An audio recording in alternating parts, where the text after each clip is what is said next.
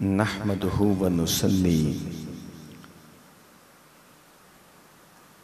ونسلم على رسوله النبي الأمين الكريم رؤوف الرحيم.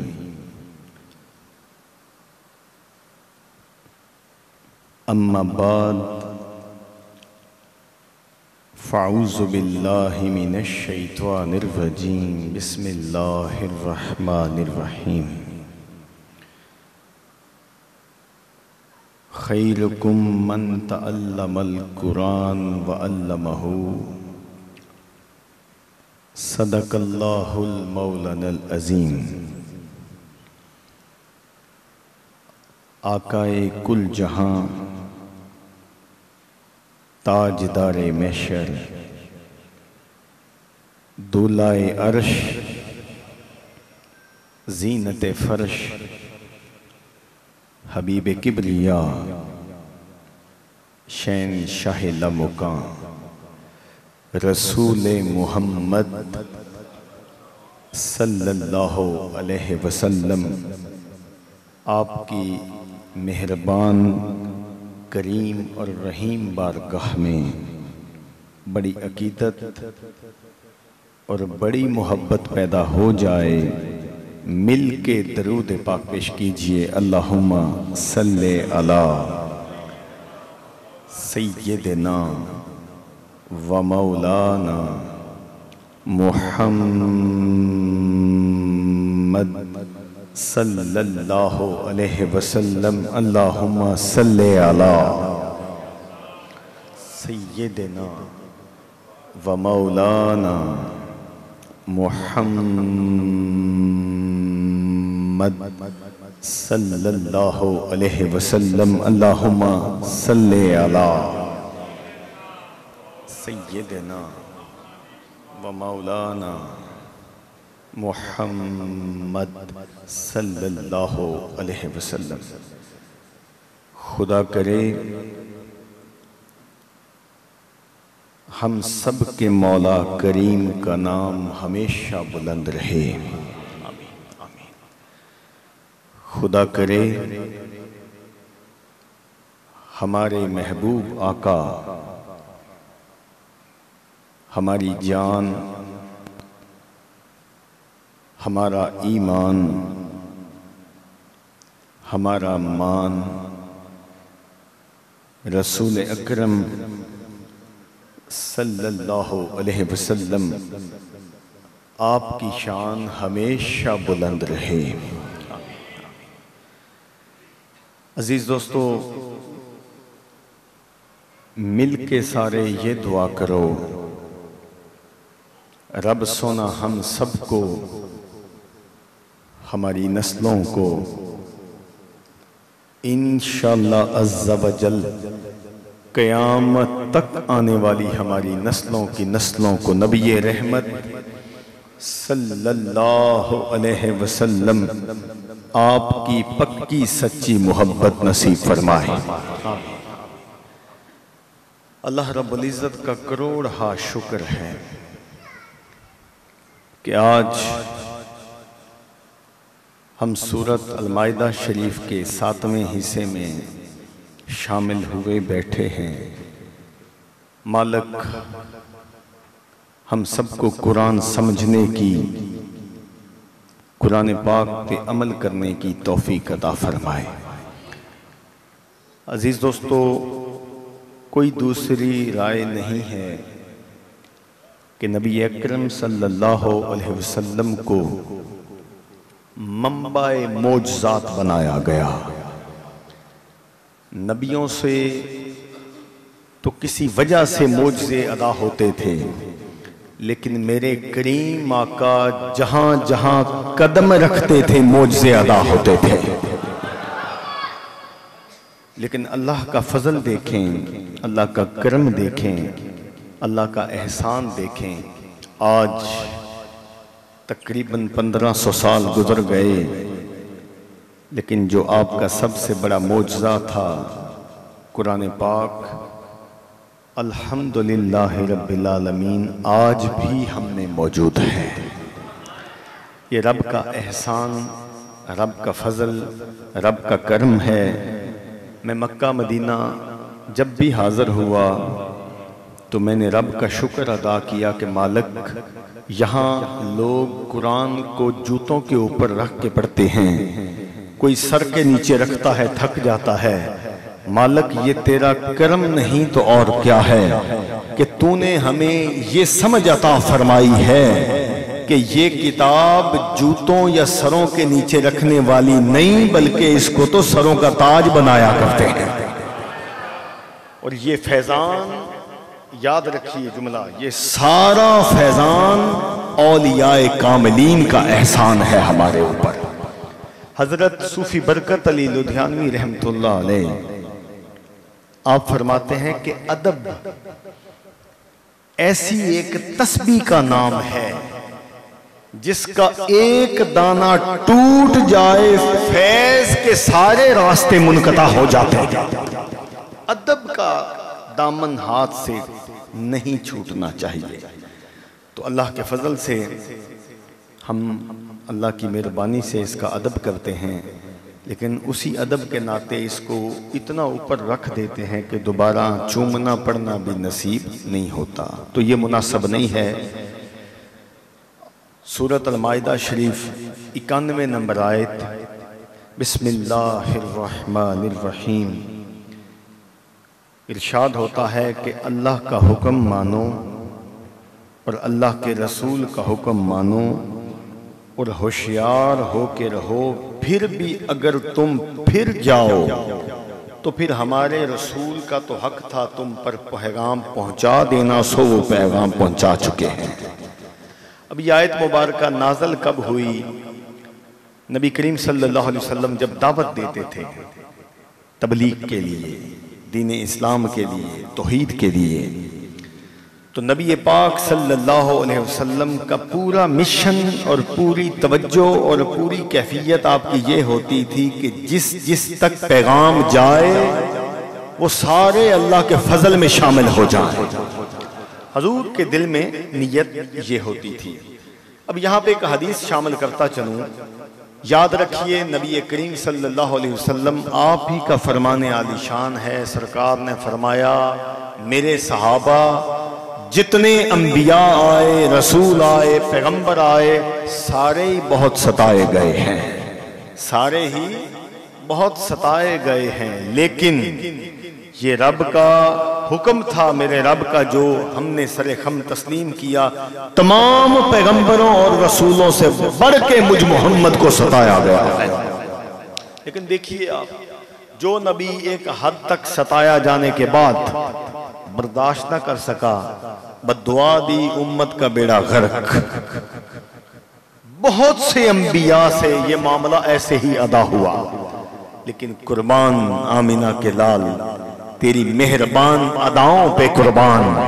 حضور اکرم صلی اللہ علیہ وسلم فرماتے ہیں مجھے جب بھی یہ کیفیت میرے اوپر طاری ہوتی کہ تنگ آ کے صحابہ کہتے، لوگ کہتے، میرے اندر کی آواز کہتی کہ بددعا دوں، میں نے تب بددعا نہیں، ان کو دعا ہی دی ہے، ان کو دعا ہی دی ہے۔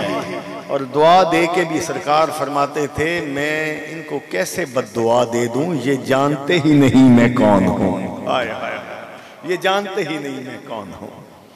تو یہ یاد رکھیے تبلیغ کا سلسلہ اتنا اہم معاملہ ہے کہ میں اور آپ سوچ بھی نہیں سکتے یہ کتنا بڑا فریضہ ہے۔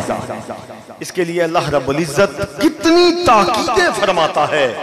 خطبۃ الوداع شروع ہونے لگا تو نبی کریم صلی اللہ علیہ وسلم نے جو تاریخ ساز جملہ ادا فرمایا، حضور اکرم نے فرمایا لوگو مجھے لگتا ہے کہ آئندہ سال میں تجھ میں یہاں موجود نہیں ہوں گا۔ اور یہ لفظ اور یہ جملوں کا ادا ہونا تھا کہ صحابہ کی چیخیں دھاڑیں نکل رہی تھیں۔ آپ نے فرمایا سارے ہاتھ کھڑا کر کے گواہی دو کہ جو پیغام میرے رب نے مجھے دیا میں نے تم سب تک پہنچا دیا ہے۔ حضور پاک صلی اللہ علیہ وسلم نے سب سے گواہی لی، ہاتھ کھڑا کر کے گواہی لی۔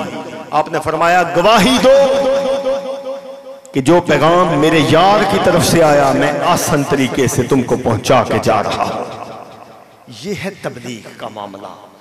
تو یہ آیت مبارکہ نازل تب ہوئی جب حضور اکرم صلی اللہ علیہ وسلم آپ تبلیغ کے لیے لوگوں کو دعوت دیتے اور دعوت پہ ہر دفعہ تو جواب مثبت نہیں آتا تھا، بڑی تکلیفیں، بڑے عجیب عجیب معاملات ہو جاتے تھے، بلکہ مشہور زمانہ حدیث پاک ہے کہ تبلیغ دیکھیں کتنی سوکھی ہے۔ اب تو پیران عظام ہے، علماء کرام ہیں، بن ٹھن کے کاٹن پہن کے گاڑیوں کے پروٹوکول پھولوں کی سیج میں جا کے بیٹھتے ہیں، منو سلوہ ان کے آگے ہوتا ہے۔ دیکھیں یہ بھی تبلیغ کا ایک معاملہ تھا، اور ایک وہ تھا کہ جنہوں نے تکلیفیں سہی، بھوک سہی، پیاس سہی، لیکن اللہ اور اللہ کے رسول سے پیچھے اس مشن سے نہیں ہٹے۔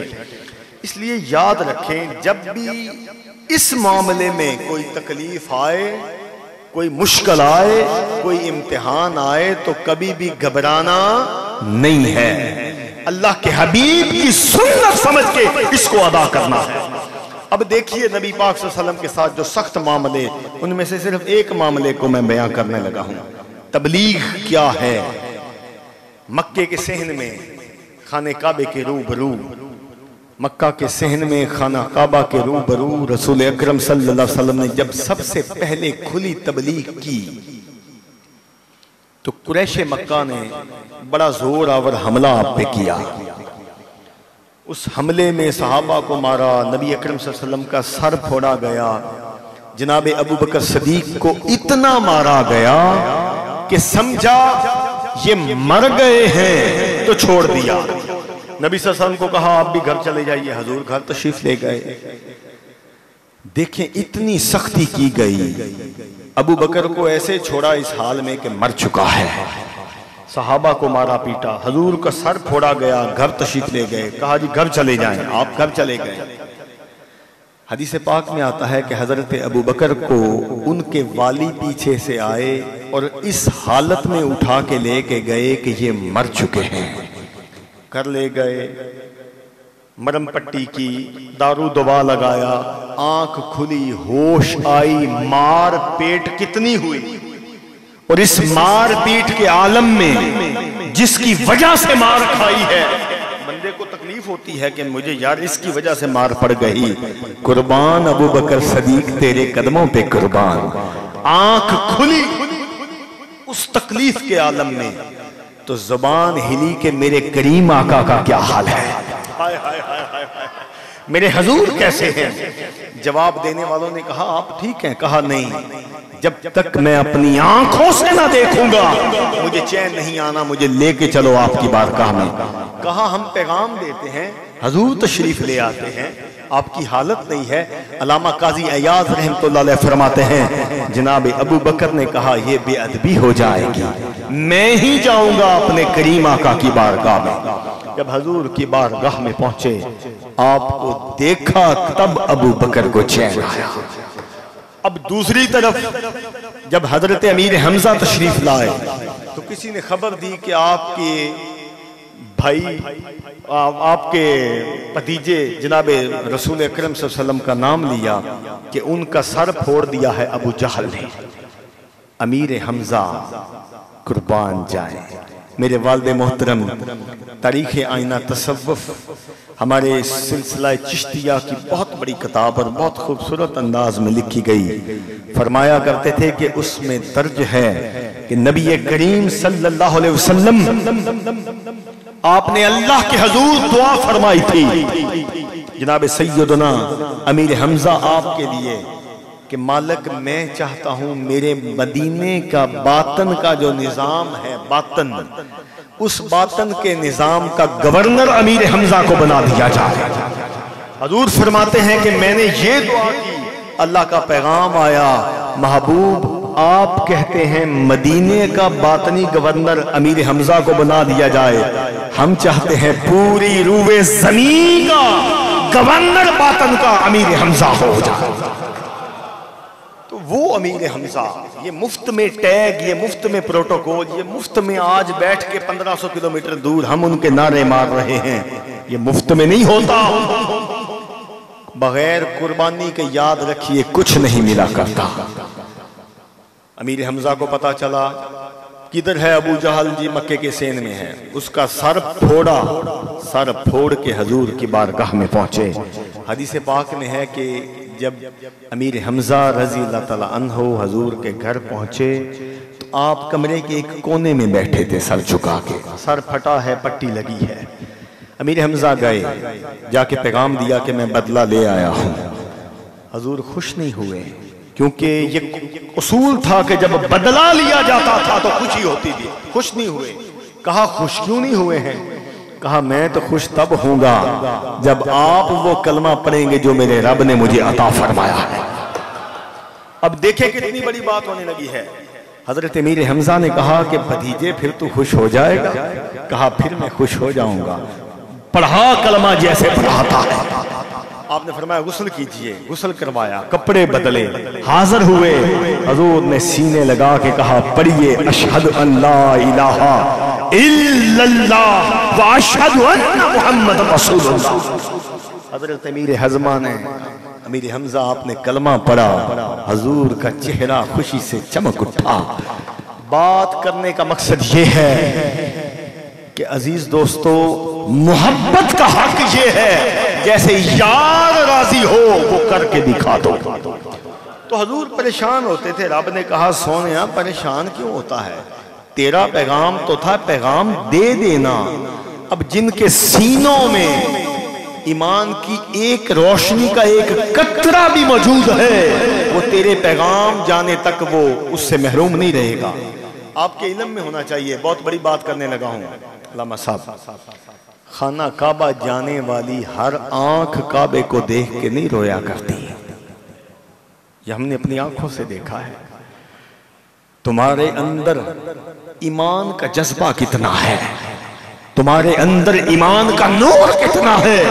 تم کعبے کو دیکھتے جاتے ہو، اسی لمحے سارے کا سارا معاملہ سکین ہو جاتا. ہر آنکھ نہیں روتی. کعبے کو بندہ دیکھتا ہے. اللہ ہم سب کو بار بار لے کے جائے. خدا کی قسم بندے کی کیفیت ہی بدل جاتی ہے، بندے کا عجیب حال ہو جاتا ہے. تو یاد رکھیں داتا گنج بخش علی حجویری آپ نے فرمایا تھا جب اللہ کے حضور پیش ہو جاؤ تو تمہاری آنکھوں کا نم ہونا ضروری ہے. اگر آنکھیں نم نہ ہو تو کوشش کیا کرو رونے جیسی شکل ہی بنا لیا کرو. اور اگر یہ بھی نہ کر سکو تو فرمایا اپنے مقدر پہ رونا شروع کر دو، تم گناہوں میں دھنس چکے ہو. آیت نمبر 92 جو ایمان لائے تو پتہ چلا یہ جو تبلیغ ہے اس کو عام نہیں جاننا. اس کا بہت بڑا مقام ہے، بہت بڑا مقام ہے، بہت بڑا مقام ہے. یاد رکھیے یہ نہیں ضروری. میں بڑا قیمتی جملہ بولنے لگا ہوں کہ تمہارے پاس بہت بڑی حویلی ہے، پیسہ ہے، کاروبار ہے، تم کہو جی میرے پہ بہت بڑا کرم ہے. اللہ کی عزت کی قسم یہ اس کے کرم کی نشانی نہیں ہے. اس کے کرم کی نشانی تو ہے حضرت موسیٰ علیہ السلام درس دے رہے تھے لوگوں کو. یہ نہیں کرو گے تو اللہ یہ لے لے گا، یہ نہیں کرو گے تو یہ لے لے گا، یہ نہیں کرو گے تو یہ لے لے گا. ایک بندہ کھڑا ہو گیا، کہا حضرت یہ ساری نافرمانییں میں کرتا ہوں لیکن ان سب میں سے جو بیٹھے ہیں سب سے زیادہ رزق میرے پاس ہے. حضرت موسیٰ نے اسم اعظم پڑھا، اللہ کی بارگاہ میں عرض کی مولا تو تو کہتا ہے یہ نہیں کرے گا، میں یہ لوں گا، یہ لوں گا، یہ لوں گا. یہ کہتا ہے میں سب سے بڑا نافرمان ہوں، یہ ساری نافرمانییں کرتا ہوں لیکن رزق بھی سب سے زیادہ میرے پاس ہے. تو اللہ نے فرمایا یہ سب سے بڑی سزا میں مبتلا ہے. ہم نے بارگاہ میں جھکنے والی اس سے چھین لی ہے. کرم یہ نہیں ہے کہ دولت بہت ہے، کرم یہ ہے اور فضل یہ ہے اللہ کا کہ تم اللہ کی بارگاہ میں نماز کے لیے حاضر ہوتے ہو. کرم اور فضل یہ ہے کہ تیرے دل میں قبر کا خوف پیدا ہو جائے. کرم اور فضل یہ ہے کہ تو حشر اور میرے کریم آقا کے فرمان عالی شان کے اوپر توکل اور تقوی رکھے. تو آیت نمبر 92 میں کیا مضمون ہے ذرا سمجھیے. بڑی اہم بات عرض ہونے لگی ہے. جو ایمان لائے انہوں نے نیک عمل کیے، ان پر کھانے میں کچھ گناہ نہیں ہے جبکہ یہ ڈریں اور ایمان رکھیں، اچھے عمل کریں، پھر ڈریں اور ایمان رکھیں پھر ڈریں، نیکیاں کریں، کیوں؟ اللہ نیکیوں کو کرنے والوں کو رب پسند فرماتا ہے۔ یہ آیت مبارکہ کب نازل ہوئی؟ آیت نمبر 92 سورۃ المائدہ شریف کب نازل ہوئی؟ جب نبی کریم صلی اللہ علیہ وسلم نے حکم دے دیا کہ شراب آج کے بعد حرام ہے، شراب حرام ہے۔ جب شراب حرام ہوئی تو صحابہ کا ایک جتھا جڑ کے حضور کی بارگاہ عالی جناب میں آیا، یا رسول اللہ صلی اللہ علیہ وسلم، جو ہم حال دور جاہلیت میں یہ شراب کے ساتھ لگاؤ رہا ہے، وہ دور جاہلیت میں جو شراب کے ساتھ ہمارا لگاؤ رہا ہے وہ کیا بنے گا؟ جو دور جاہلیت میں شراب پیتے تھے ان کے اوپر گناہ، ان کا کیا بنے گا؟ مختلف صحابہ نے باتیں کی کہ اگر یہ ہو گیا تو یہ ہو گیا تو یہ، تو نبی کریم صلی اللہ علیہ وسلم نہیں بولے، قرآن بولا، اللہ کا فرمان آیا۔ اب اللہ کا فرمان کیا آیا سنیے، اور یاد رکھیے ایک نقطہ یہاں آپ کے علم میں اضافہ کرتا چلوں، ہماری سمجھ میں اللہ روشنی عطا فرمائے گا۔ نیک عمل جو ہوتا ہے، سہل عمل، یہ بہت بڑی بات ہوتی ہے، اور میں ہمیشہ کہا کرتا ہوں رب کی توفیق ہو نا تم نیک کام کر ہی نہیں سکتے، نیک راستے پہ چل ہی نہیں سکتے، اس لیے دعا کیا کرو کہ اللہ نیک کاموں کی توفیق عطا فرما دے۔ حضرت ساسا بن ناجیہ حضور پاک کی بارگاہ میں اس وقت موجود تھے، رضی اللہ تعالی، ساسا بن ناجیہ رضی اللہ تعالی عرض کرنے لگے، یا رسول اللہ صلی اللہ علیہ وسلم، یہ جو گناہ ہم دور جاہلیت میں کرتے رہے ہیں، بڑے بڑے گناہ، اور جو بڑی بڑی نیکیاں کرتے رہے ہیں، تو کیا ان گناہوں کی پکڑ ہوگی؟ ان نیکیوں کا صلہ ملے گا؟ تو نبی صلی اللہ علیہ وسلم نے کیا خوب، کیا بات ہے، میرے کملی والے جیسا دانا پوری کائنات میں کوئی نہیں ہوگا، جو عقل سلیم رب نے آپ کو عطا فرمائی تھی اس کی کوئی دوسری مثال نہیں ملتی۔ جیسا کہ نبی کریم صلی اللہ علیہ وسلم سے پوچھا گیا، حضرت یوسف سونے نے کہ تسی سونے ہو، ہائے ہائے ہائے، ذرا بات عشقی آ جائے، آپ خوبصورت ہیں کہ جناب یوسف سونے ہیں، قربان آمینہ کے لال۔ آپ نے جواب ایسا دیا، وانڈ بھی کر کے بتا دی اور کسی کو نیچے بھی نہیں ہونے دیا۔ آپ نے فرمایا میرے بھائی یوسف کا حسن ایسا حسن تھا جو دیکھتا تھا دیکھ ہی نہ سکتا تھا، اور میں محمد کا حسن ایسا حسن ہے جو دیکھتا ہے وہ دیکھتا ہی رہ جاتا ہے، جو دیکھتا ہے، جو دیکھتا ہے، یا رسول اللہ، جو دیکھتا ہے وہ دیکھتا ہی رہ جاتا ہے۔ تو بات کرنے کا مقصد یہ ہے، یا اللہ تیرا شکر ہے تو نے ہمیں آمینہ کے لال کے لڑ لگایا ہے۔ تو ساسا بن ناجیہ نے عرض کی، حضور وہ گناہ، ساسا بن ناجیہ صحابی رسول ہیں، بیٹا بیٹھ جاؤ بیٹھ جاؤ، حضرت ساسا بن ناجیہ رضی اللہ تعالیٰ عنہ نے عرض کی، یا رسول اللہ جو دور جاہلیت والے گناہ ان کی پکڑ ہوگی، جو نیکیاں ان کا صلہ ملے گا؟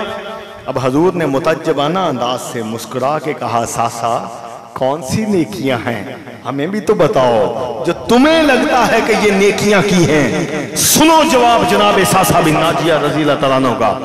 آپ نے فرمایا، میرے آقا میرے 2 اونٹ چوری ہو گئے، 2 اونٹ، میں ان اونٹوں کو ڈھونڈتا ڈھانڈتا قریب بستیوں میں نکلا، کہیں مشرق کو گیا، مغرب کو گیا، دور ایک علاقہ میں نے اپنے اونٹوں کو دیکھا ایک گھر کے باہر بندے ہوئے ہیں۔ تو نبی صلی اللہ علیہ وسلم نے فرمایا، پھر عرض کی، حضور میں نے دستک دی، ایک پکی عمر کا وڈیری عمر کا بابا باہر سے نکلا، میں نے کہا جی یہ اونٹ میرے ہیں، کہا بھئی تیرے ہوں گے، اب تو میرے ہیں، ہم نے بڑی مشکل سے چوری کیے ہیں، چور تھے، چوری چکاری جو اپنی کرتے تھے، ہم نے تو نہیں دینے۔ ساسا بن ناجیہ آپ نے فرمایا، ہمارا یہ قبیلہ ہے، تمہارے اس چھوٹے سے قبیلے کو تو فوراً کھا جائے گا، جھگڑا ہوگا۔ اس نے کہا چلو ایسا ہے، بابے نے کہا مجھے ایک کام نپٹا لینے دو تو پھر ہم بیٹھ کے اس معاملے کی ونڈ بناتے ہیں۔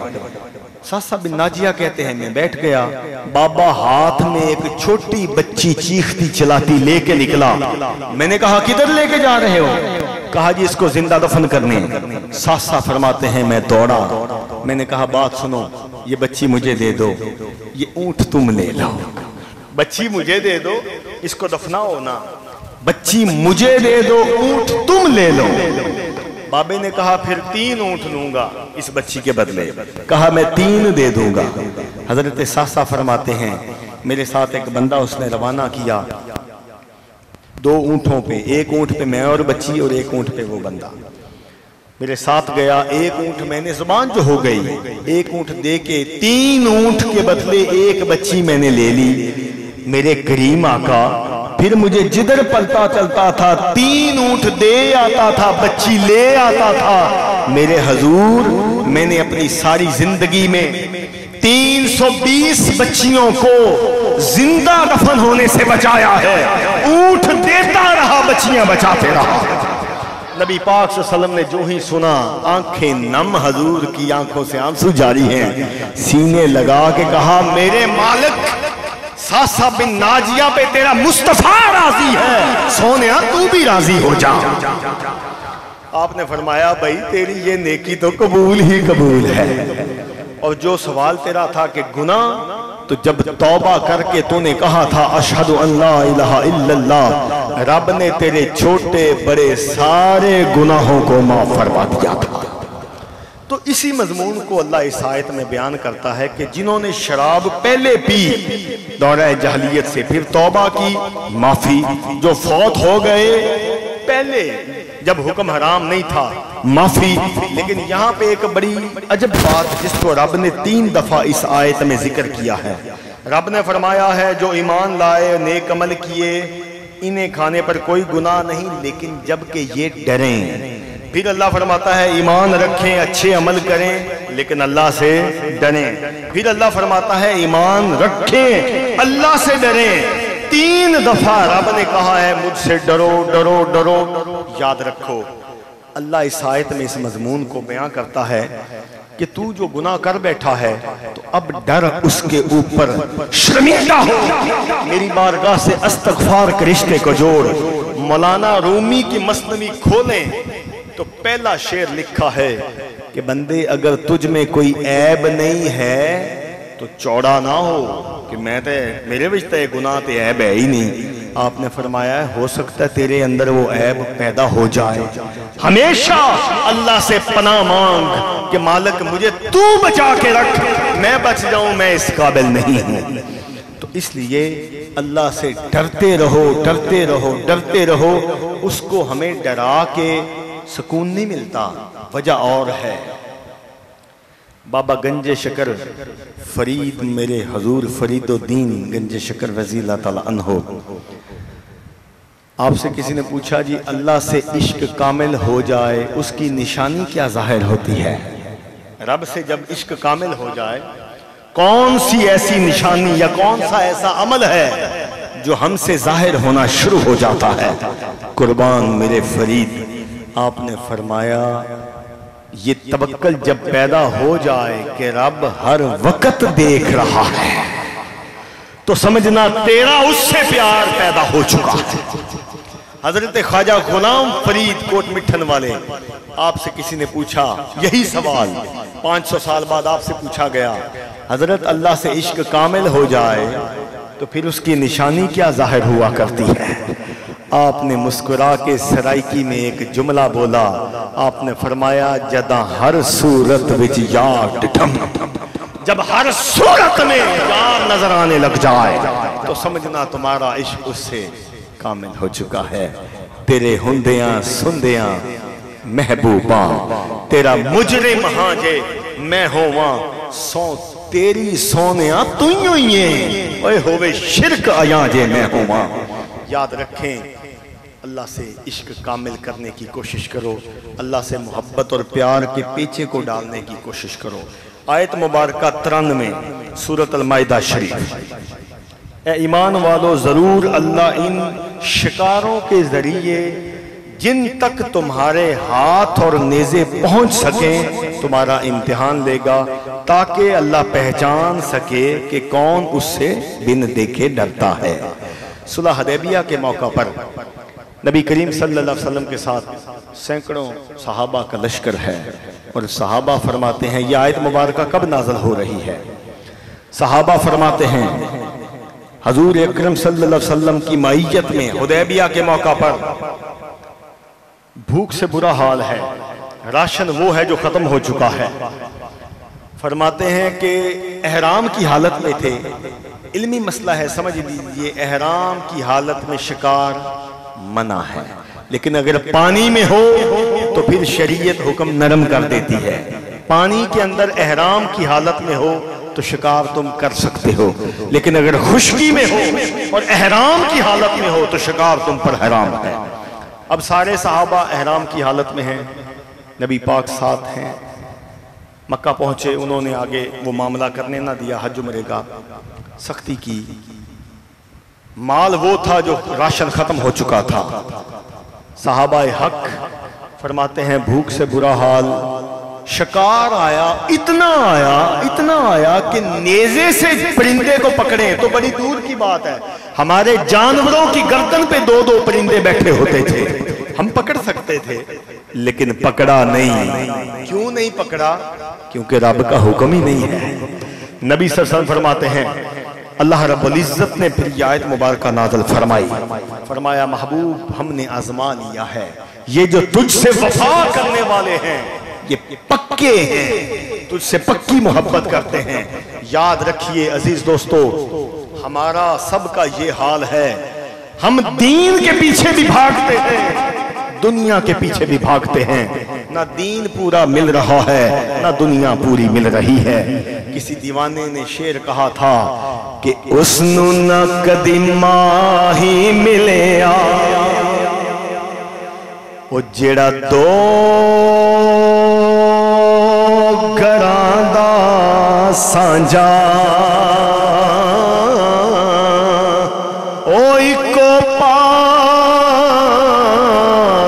رکھنی ہیرے او کھیڑے رکھ یاراں جا۔ دنیا کے بھی پیچھے بھاگتے ہیں، دین کے بھی پیچھے بھاگتے ہیں، مناسب نہیں ہے۔ کوشش کیجئے، رب نہیں کہتا تم اچھے کپڑے نہ پہنو، نہیں کہتا اچھی سواری نہ رکھو، تمہارا جو چیز چاہتا ہے کرو، لیکن وہ کہتا ہے میرے حکموں کو ضرور پہچانو، تمہاری روزی کے اوپر جو زکوٰۃ کا حکم لگا دیا گیا ہے اس کو مانو، جو عشر کا حکم تیری فصل پہ ہے اس کو مانو۔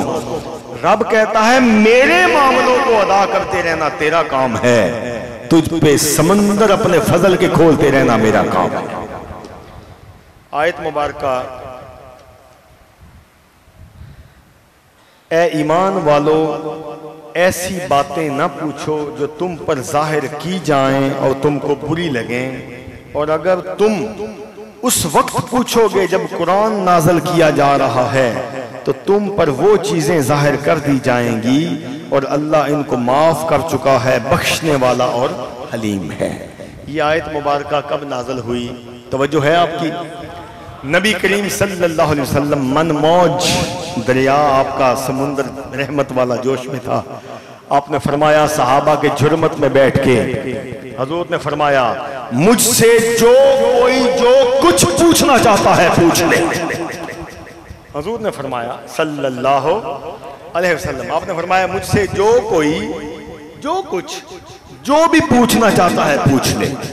اب جب جملہ ادا کرنا تھا تو فوراً ایک صحابی کھڑے ہو گئے، ان کا نام لکھا ہے حدیث پاک میں، فرمایا کہ حضرت جناب عبداللہ بن حذافہ سہمی رضی اللہ تعالیٰ عنہ کھڑے ہو گئے، کہنے لگے یا رسول اللہ میرے باپ کا کیا نام ہے صلی اللہ علیہ وسلم؟ آپ نے فرمایا تیرے باپ کا نام حذافہ ہے، بیٹھ جاؤ۔ بیٹھ گئے۔ حضرت عمر بن خطاب رضی اللہ تعالیٰ عنہ کھڑے ہوئے، اٹھ کے کہا حضور ایمان جو ملا آپ کے کرم سے ملا، رسالت ہم ان سب چیزوں کی گواہی دیتے ہیں، ہمیں کسی چیز کی کوئی ضرورت نہیں، اور معافی چاہتا ہوں یہ اٹھنے کی بھی۔ آپ نے فرمایا بیٹھ جاؤ۔ ایک اور صحابی کھڑے ہوئے، جی میری اونٹنی کہاں ہے؟ ایک اور کھڑا ہوا، جی وہ میری بکری کہاں ہے؟ ایک اور کھڑا ہوا، اس نے کہا جی یہ جو حج کے موقع پر آپ نے بیان دیا تھا کہ حج فرض ہے، تو کیا حج ہر سال فرض ہے؟ حج ہر سال فرض ہے؟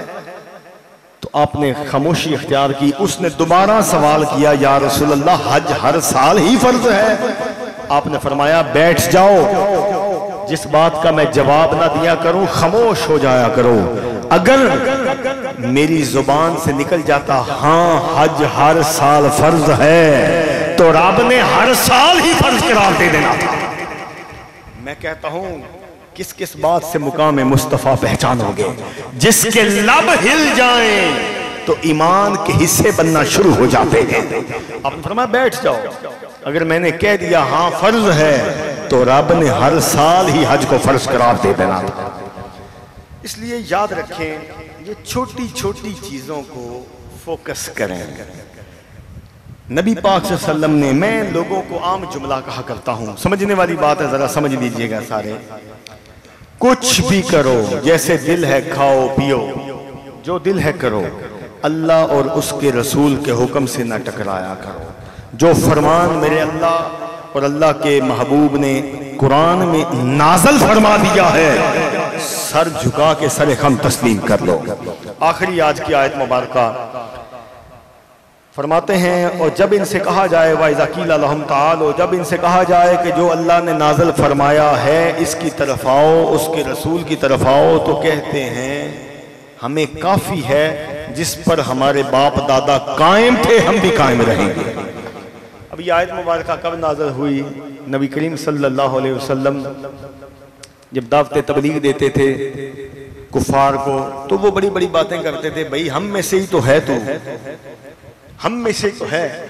اب تو کہتا ہے تجھے تھوڑی سی عربی آ گئی ہے, یہ نازل ہوتا ہے, تو بھئی اگر ہم میں ہی سے بات یاد رکھیں. میں ایک قیمتی نقطہ آج آپ کو بتا دوں.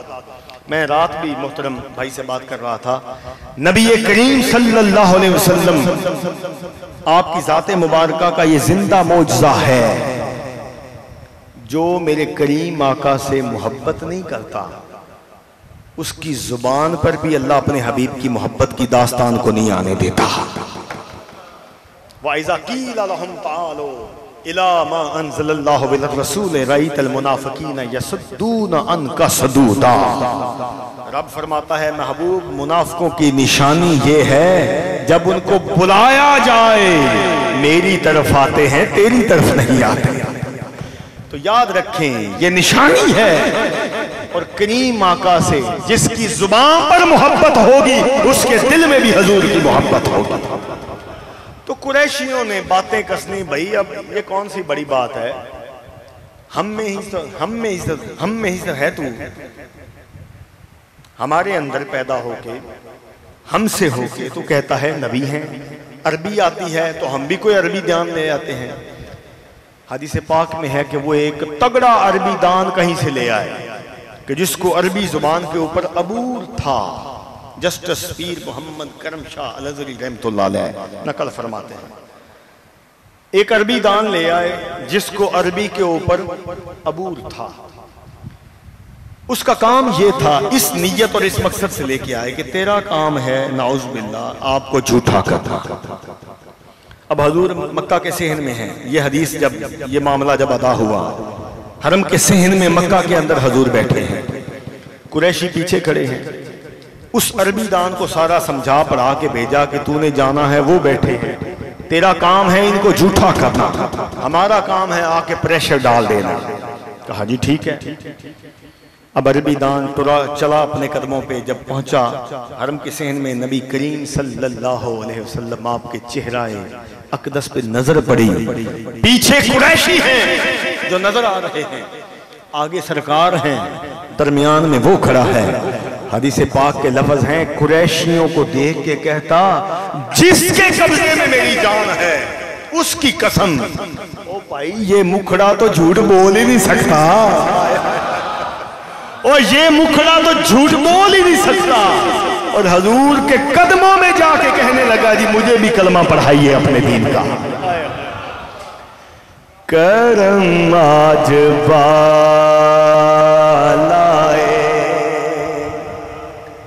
ارے بام گیا ہے, کرم آج بالائے. جس جس پہ کرم ہے اللہ کا کملی والے کا مل کے کرم آج بالائے بام گیا ہے کرم آج بالائے بام گیا ہے زباں پر محمد کا ارے نام گیا ہے زباں پر محمد کا نام گیا ہے زباں پر محمد نام گیا ہے زباں پر محمد کا. اور شعر لفظ ہے مجھے مل گئی دونوں عالم کی شاہی مجھے مل گئی دونوں عالم کی شاہی میرا ان کے منتوں میں ارے نام گیا ہے میرا ان کے منتوں میں نام گیا ہے میرا ان کے منتوں ارے نام. اور بڑا خوبصورت شعر ہے مزہ جب ہے سرکار محشر میں کہہ دے مزہ جب ہے سرکار محشر میں کہہ دے وہ دیکھو ہمارا غلام گیا ہے وہ دیکھو ہمارا غلام گیا ہے وہ دیکھو ہمارا غلام گیا ہے کرم آج بالائے. اس نے کہا بھائی تم مجھے کہتے ہو میں ان کو جھوٹا کروں وہ قسم ہے جس کے قبضہ قدرت میں میری جان ہے یہ مکھڑا تو جھوٹ بول ہی نہیں سکتا. اللہ کے فضل سے اللہ نے ہمیں ان کے ساتھ جوڑا ہے ہماری محبت کا رشتہ اس کے ساتھ ہے جس جیسا اللہ کی عزت کی قسم دوجا ہے ہی کوئی نہیں. اب دیکھیے دو چھوٹی چھوٹی باتیں ہیں. ایک تو میرے بابا گنج شکر فرید آپ کا عرس مبارک آن پہنچا ہے. آپ کوشش کیجئے گا 4 محرم کو پاک پتن شریف جشن فرید ہے جشن فرید ہے میرے فرید کی دید ہے. کوشش کیجئے گا ضرور پہنچیں. دیکھیں ہمارے برے صغیر پاک و ہند پر حضرت واصف علی واصف رحمت اللہ علیہ نے کہا تھا ارے تم لوگ کہتے ہو کہ پاک پتن 1947 میں بنا ہے. آپ فرماتے ہیں پاک پتن تب ہی بن گیا تھا جب فرید الدین گنج شکر آ گئے تھے. کیونکہ مسلمانوں کی یاد رکھیں پاک و ہند کی تقسیم اس طرح ہوئی تھی کہ مسلمان جدھر زیادہ بیٹھے ہیں وہ حصہ پاکستان کو دے دیا جائے پاکستان بنا دیا جائے جدھر مسلمان کم ہیں وہ ہندوستان بنا دیا جائے. تو جو نواب تھے اس وقت کے انہوں نے اپنی مرضی کی ان کے لیے آپشن تھا جس سائیڈ پہ مرضی شامل ہو جائیں. تو بتانے کا مقصد یہ ہے جشن فرید ہے ممکن کوشش کیجئے گا 4 محرم جشن فرید ہے 5 محرم کو پہلا بہشت ہوتا ہے بابا فرید گنج شکر آپ کا عرس پاک کی پہلی تقریب ہوتی ہے. ضرور شامل ہو سکیں. اللہ میرا آپ کا میرا حامی و ناصر ہے. آمین یا رب العالمین. میرے ساتھ مل کے آپ نے دعا کرنی ہے. اے سبز گنبد والے منظور دعا کرنا جب وقت نزا آئے ارے دیدار عطا کرنا اے سبز گنبد والے منظور دعا کرنا جب وقت آئے ارے دیدار عطا اور جب قبر اندھیری میں گھبراؤں گا میں تنہا امداد میری کرنے آ جانا رسول اللہ مل کے امداد میری کرنے آ جانا رسول اللہ روشن میری تربت کو للہ ذرا کرنا جب وقت نزا آئے دیدار عطا میرے ساتھ مل کے پڑھیں گے الا اللہ الا اللہ الا اللہ الا اللہ الا اللہ الا اللہ پڑھیے لا الہ الا اللہ لا الہ الا اللہ حق لا الہ الا اللہ لا الہ الا اللہ محمد رسول اللہ صلی اللہ علیہ وسلم سیدنا کریم صلی اللہ علیہ وسلم سیدنا کریم علیہ وسلم سیدنا کریم صلی اللہ علیہ وسلم سیدنا کریم صلی اللہ علیہ وسلم سیدنا کریم صلی اللہ علیہ وسلم دعائے خیر بسم اللہ الرحمن الرحیم اللہم صلی علی سیدنا و مولانا محمد صلی اللہ علیہ وسلم ربنا آتنا فی الدنیا حسنتا و فی الآخرت حسنتا وقنا عذاب النار میرے سونے مالک تیرے محبوب دا حکم ادا ہویا اللہ جو قرآن سکھے اور سکھائے سونیا تیرے قریب ہے اسی کوشش کی تھی اللہ قبول فرما لے میرے مالک اس قرآن دا جو کچھ علم پڑھیا جو تفسیر پیش کی تھی ان دا ثواب میں اپنے والد محترم آپ نو پیش کرنا اللہ پاک